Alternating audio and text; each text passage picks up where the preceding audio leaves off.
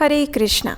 Great Britain के प्रधानमंत्री Winston Churchill द्वितीय विश्व युद्ध में हिटलर की हार में दुनिया का नेतृत्व करने वाले बड़े 3 लोगों में से एक थे और ये 3 लोग थे चर्चिल, रूजवेल्ट और स्टालिन।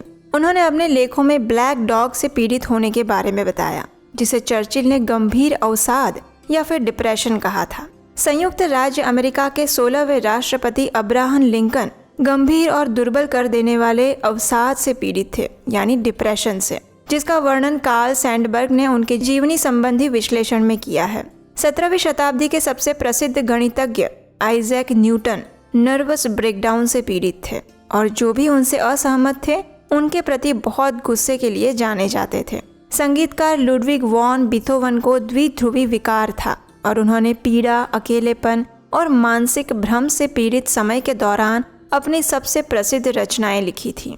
वो अफीम और शराब का सेवन करते थे और जिगर की बीमारी से उनकी मृत्यु हो गई थी। आज का दौर आधुनिकीकरण का दौर है, परंतु इन महान लोगों के जीवन के बारे में जानकर तो ऐसा लग रहा है कि मानव सभ्यता प्रगति कर रही है या फिर अधोगति। अपने आसपास नजर दौड़ाएं तो हर व्यक्ति चिंता और अवसाद में डूबा हुआ दिखाई देता है। सच कहे तो इस आधुनिकीकरण का मूल्य हमने अपनी खुशियां देकर चुकाया है और शायद मानसिक शांति भी। वर्तमान समय में ऐसा कोई भी व्यक्ति नहीं होगा जिसे कभी न कभी किसी न किसी प्रकार का टेंशन, अवसाद या डिप्रेशन ना हुआ हो। कुरुक्षेत्र की युद्ध भूमि में अर्जुन का भी कुछ ऐसा ही हाल था। एक ओर थे 5 पांडव और दूसरी ओर 100 कौरव। एक ओर थे नारायण तो दूसरी ओर थी नारायणी सेना। एक ओर थे शिष्य तो दूसरी ओर थे गुरुजन। इस द्वंद्व को देखकर जब अर्जुन अपना कर्तव्य निभाने से पीछे हट रहे थे और उनके शरीर में घोर निराशा के लक्षण उत्पन्न हो रहे थे, तो भगवान श्री कृष्ण ने उनसे इस प्रकार कहा था। दूसरे अध्याय के 3 श्लोक में भगवान कहते हैं, क्लैब्यं मास्मागमः पार्थ नैति व्युपपद्यते क्षुद्रं हृदय दौर्बल्यं त्यक्त्वोत्तिष्ठत परं तप। इस श्लोक में भगवान श्री कृष्ण नपुंसकता शब्द का प्रयोग करते हुए सूचित करना चाहते हैं कि अर्जुन जैसे शूरवीरों को शक्तिहीनता अथवा युद्ध से भाग जाना शोभा नहीं देता। एक मनुष्य को धर्म के अनुसार अपना कर्म अवश्य करना चाहिए। बुरे समय में जब हमें भी आशंका सताए तो यही बात हमें भी याद रखनी चाहिए कि हृदय की दुर्बलता को त्याग कर हमें केवल उस कर्म के बारे में सोचना चाहिए जिसे करने के लिए हमें कर्तव्यबद्ध किया गया है। केवल अर्जुन ही नहीं बल्कि हम सब भी अपने जीवन रूपी युद्ध क्षेत्र में खड़े हैं, जहाँ हमारा मन ही हमारा सबसे बड़ा शत्रु है। हम सबके जीवन में कभी न कभी कोई न कोई प्रतिकूल परिस्थितियाँ आती ही रहती है, क्योंकि भौतिक जगत नश्वर है, इसलिए कोई भी स्थिति यहाँ अधिक समय के लिए नहीं रहती। जैसे अच्छा समय बीत जाता है वैसे ही बुरा समय भी बीत जाता है। भगवद गीता के 2 अध्याय के 14वें श्लोक में भगवान इस बात का पुष्टिकरण करते हुए कहते हैं, मात्र स्पर्शांस्तु कौन्तेय शीतोष्ण सुख दुःखदा आगमापायिनो अनित्य ताम तितिक्षस्व भारत। इस श्लोक में भगवान श्री कृष्ण कहते हैं कि जीवन के सुख दुख सर्दी और गर्मी के समान है, जो कि आते जाते रहते हैं। इसलिए एक धीर व्यक्ति को इन दोनों से घबराना नहीं चाहिए, अपितु शांति पूर्वक उसको सहन करना सीखना चाहिए। जब हम अपनी परिस्थितियों के अनुकूल स्वयं को ढाल नहीं पाते हैं तो यही हमारे अवसाद या फिर डिप्रेशन या स्ट्रेस का कारण बन जाता है। परंतु हमें हर परिस्थिति में समझना चाहिए कि ये हमारे पूर्व जन्म के पुण्य और पाप कर्म का ही परिणाम है, जो आज हमारे सुख दुख का कारण बन रहे हैं। भगवान का शुद्ध भक्त सुख और सफलता की स्थिति में यही विचार करता है कि हे प्रभु, मैं तो आपका छोटा सा दास हूँ, मुझ में भला इतनी क्षमता कहाँ कि मैं इस सफलता को प्राप्त कर सकूं। न जाने मेरे भाग्य में ये खुशियाँ भी थी या नहीं, परंतु ये आपकी केवल अहेतुकी कृपा ही है, जो अयोग्य होते हुए भी मुझे सफलता प्रदान की हुई है। दुख और पीड़ा की स्थिति में एक शुद्ध भक्त भगवान से इस प्रकार प्रार्थना करता है, हे प्रभु, मेरी बुद्धि तो सदैव ही भौतिक कल्मश से पीड़ित रहती है। मैं न जाने हर क्षण कितने पाप कर रहा हूँ, परंतु आप इतने दयालु हैं कि मेरे मेरु के समान पाप कर्मों के फलों को केवल कुछ हिस्सों में देकर मेरे ऊपर कृपा कर रहे हैं। अब सोचिए कि यदि हमारा दृष्टिकोण भी इस प्रकार हो जाए तो फिर निराश होने का सवाल ही कहाँ उठता है। चलिए अब हम आपसे एक प्रश्न पूछते हैं।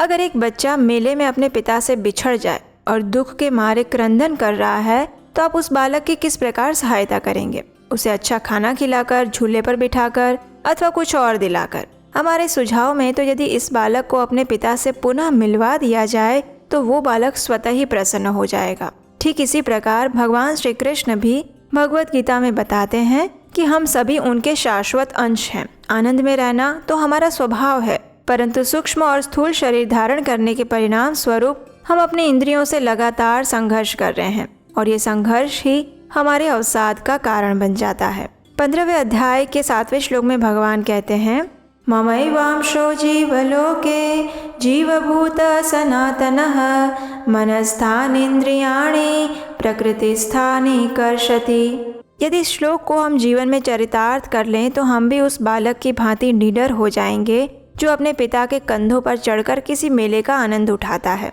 सच से अधिक हम झूठ को महत्व देते हैं, आत्मा से अधिक इस पंच तत्व के बने शरीर को महत्व देते हैं। यही हमारी भौतिक चेतना हमारे मन में अवसाद की लहरों को लेकर आती है। यदि हम अपने वास्तविक स्वरूप में स्थित हो जाएं, जो कि सच्चिदानंद है, तो तनावग्रस्त होने का कोई प्रश्न ही नहीं उठता। डिप्रेशन अथवा अवसाद का एक बहुत बड़ा कारण ये भी है कि अक्सर हम समझ नहीं पाते कि ऐसी तनावपूर्ण स्थिति भला किस प्रकार हमारे समक्ष आकर खड़ी हो गई है।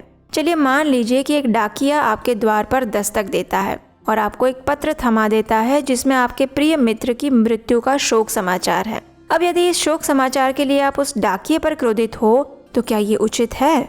नहीं ना। ठीक इसी प्रकार से लोग अथवा परिस्थितियाँ हमारे कष्टों का कारण नहीं है, अपितु वे तो केवल हमारे पूर्व जन्मों के पाप कर्म को हम तक पहुँचाने का एक माध्यम है। वास्तव में कोई भी व्यक्ति किसी के भी सुख अथवा दुख का कारण नहीं होता। हमारे पूर्व जन्म के कर्म फल ही इसके लिए उत्तरदायी होते हैं। यदि हम इस बात का स्वीकार कर लें तो हम फिर किसी भी व्यक्ति या परिस्थिति को दोष नहीं देंगे। अगर आप एक महिला हैं तो चलिए अब आपके काम की बात बताती हूँ। आप डेली हमारे चैनल पर शास्त्रों से सुनाई जा रही इन सभी कथाओं को सुनती होंगी, है ना?